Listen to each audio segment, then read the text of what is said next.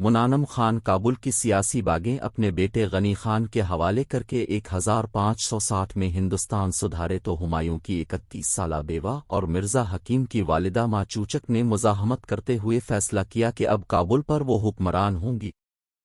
ریکھا مشرا کے مطابق جب ماچوچک پہلی بار ہمایوں سے ملے تو وہ بولنے سے بھی شرماتی تھیں، یہاں تک کہ ہمایوں کو ان کا نام جاننے سے پہلے 2 بار پوچھنا پڑا، مگر ہمایوں کی موت کے بعد ان کے عزائم ظاہر ہونا شروع ہو گئے تھے۔ اکبر کو زخمی انگوٹھے کی طرح پریشان کیا۔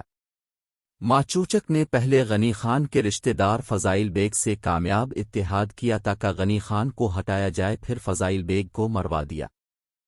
ہمایوں کے دور کے ایک امیر شاہ ولی اتگاہ نے اس میں ان کی مدد کی، مرزا حکیم کو بھی انہی کی سرپرستی میں دے دیا۔ اتگاہ کے ارادے خطرناک لگے تو انہیں ہٹانے کو حیدر قاسم کوبار کے ساتھ اتحاد کر لیا۔ یوں اگلے چند سال میں وہ ایک سیاسی قوت بن کر ابھرے۔ ماچوچک بیگم کی سرگرمیاں اور ان کے سیاسی عزائم یقیناً سلطنت مضبوط کرتے بادشاہ اکبر کے لیے درنسر ثابت ہوئے، اور بعض مورخین کے مطابق انہیں زخمی انگوٹھے کی طرح پریشان کیا۔ ماچوچک کے اندازن حکمرانی سے متعلق معلومات بہت کوشش کے باوجود نہیں مل سکیں، کیونکہ تذکرہ نگار بادشاہ اکبر کے زیر سایہ تھے۔ گل بدن بیگم کا ہمایوں نامہ، جس میں ماچوچک کا کوئی 3-4 بار ذکر ہوا ہے، ایسے اچانک ختم ہوا کہ آخری فقرہ بھی نامکمل رہا۔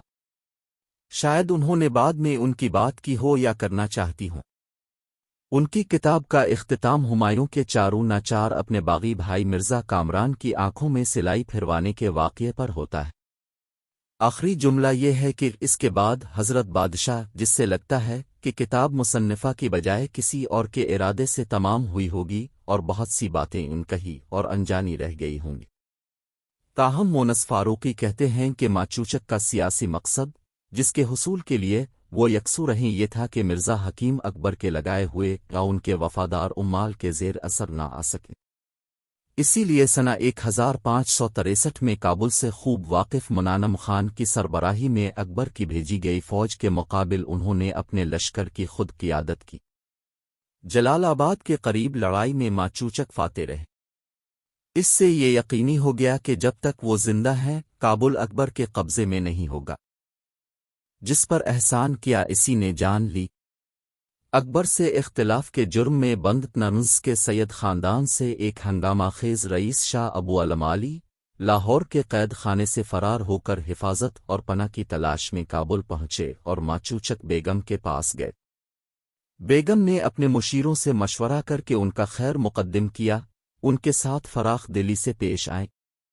ماچوچک نے شاہ ابو علم علی کو سیاسی پناہ دی اور اپنی بیٹی بخت النساء فخر النساء کی شادی ان سے کر دی، مگر شاہ جلد ہی ماچوچک بیگم کے تسلط اور مداخلت سے تنگ آ گئے۔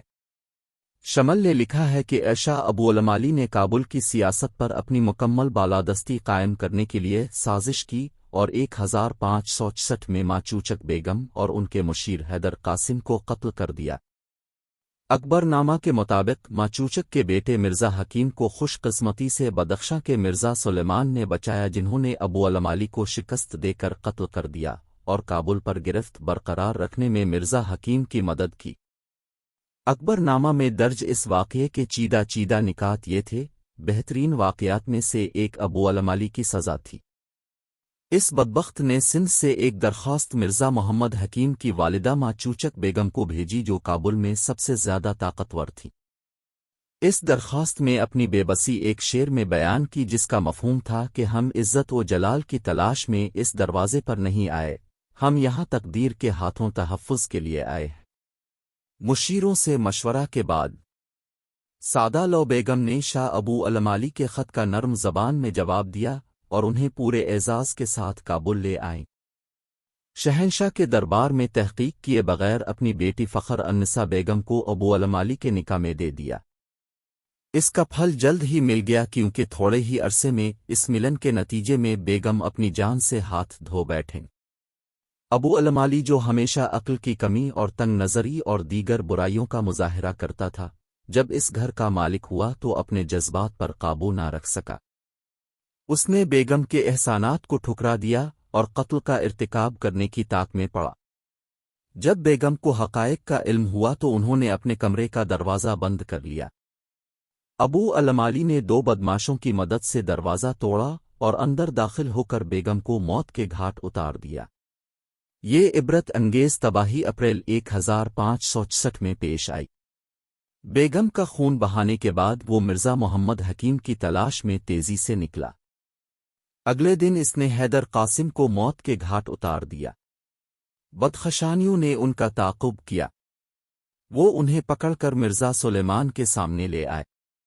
2 دن بعد انہوں نے ظالم کو زنجیروں میں جکڑ کر مرزا حکیم کے پاس بھیجا، جنہوں نے گلا گھونٹنے کا حکم دیا۔ گلا گھونٹتے وقت اس کا ناپاک کردار ظاہر ہوا اور اس نے التجائیں اور فریادیں کی تاکہ شاید 1000 ذلتوں سے وہ چند دن اور زندگی حاصل کر لے، حالانکہ وہ موت سے بھی بدتر تھے۔ خدا کی حمد ہو، دنیا اس کے نفرت انگیز وجود سے پاک ہو گئی۔ احکامات بیٹی کے نام سے بھی جاری ہوتے رہے۔ ابو علمالی کی پھانسی کے بعد بخت النساء بیگم، فخر النساء بیگم کی شادی بدخشاں کے خواجہ حسن نقشبندی سے کر دی گئی۔ سنہ 1581 میں مرزا حکیم نے کابل میں بغاوت کے راستے میں پنجاب پر حملہ کرتے ہوئے لاہور کی طرف پیش قدمی کی۔ یہاں انہیں اس صوبے کے گورنر مان سنگھ نے روکا۔ اکبر نے مرزا حکیم کے خلاف اعلان جنگ کیا اور کابل چلے گئے۔ مرزا حکیم بھاگ کر پہاڑوں کی طرف چلے گئے۔ اکبر نے انہیں معاف کر دیا، لیکن کابل کی گورنری اب ان کی بہن بخت النساء بیگم کو دے دی۔ اکبر نے کہا کہ اگر مرزا حکیم نے آئندہ بدتمیزی کی تو ان پر کوئی مہربانی نہیں کریں گے۔ این والٹ ہال لکھتی ہیں کہ اکبر کے کابل سے چلے جانے کے بعد مرزا حکیم کو اپنا پرانا عہدہ واپس مل گیا، لیکن تمام سرکاری احکامات بخت النساء کے نام جاری ہوتے۔ مرزا حکیم کی موت زیادہ شراب نوشی کی وجہ سے ہوئی۔ تزک جہانگیری میں ہے کہ مرزا حکیم کی وفات کے بعد بخت النساء بیگم اور ان کے بیٹے مرزا ولی شاہی دربار میں شامل ہو گئے اور بادشاہ اکبر نے انہیں خوش رکھنے کے لیے بہت کچھ کیا۔ 1 جون 1608 کو بخت النساء بیگم کا شدید بخار سے انتقال ہو گیا۔ دربان اکبری میں مولانا محمد حسین آزاد لکھتے ہیں کہ افسوس ہے کہ اکبر کا بھائی ایسا بے اقبال، بدعقل، کم ہمت تھا کہ جب تک جیا نوکروں کے ہاتھوں میں چمچہ قلی بنا رہا۔ اگر وہ انسان ہوتا تو تمام خراسان زمین اس کا مال تھا۔ قندھار تو جیب کا شکار تھا۔ بلخ کو لاب، حصار، بدخشاں وغیرہ تک پھیلا کر عبداللہ خاں ازبک کو برسر حساب لیتا اور اکبر کا دائیاں ہاتھ بن کر ملک موروثی کو چھڑا لیتا، اور اکبر بھی وہ عالی ہمت بادشاہ تھا کہ اسے اپنے تاج کا لال اور ہار کا موتی بناتا، مگر وہ بدنصیب اپنی بدنیتی اور نوکروں کی بدصلاح سے جوں بھرا پوستین بنا رہا۔ ماچوچک بیگم کے دیگر بچوں فرخ فال مرزا، سکینہ بانو بیگم اور آمنہ بانو بیگم نے نمایاں حیثیت حاصل نہیں کی۔ مرزا حکیم کی موت پر ماچوچک اور ان کی اولاد کی مختصر حکمرانی کا سلسلہ تمام ہوا۔ اب شہنشاہ اکبر کے طویل دور کا آغاز تھا۔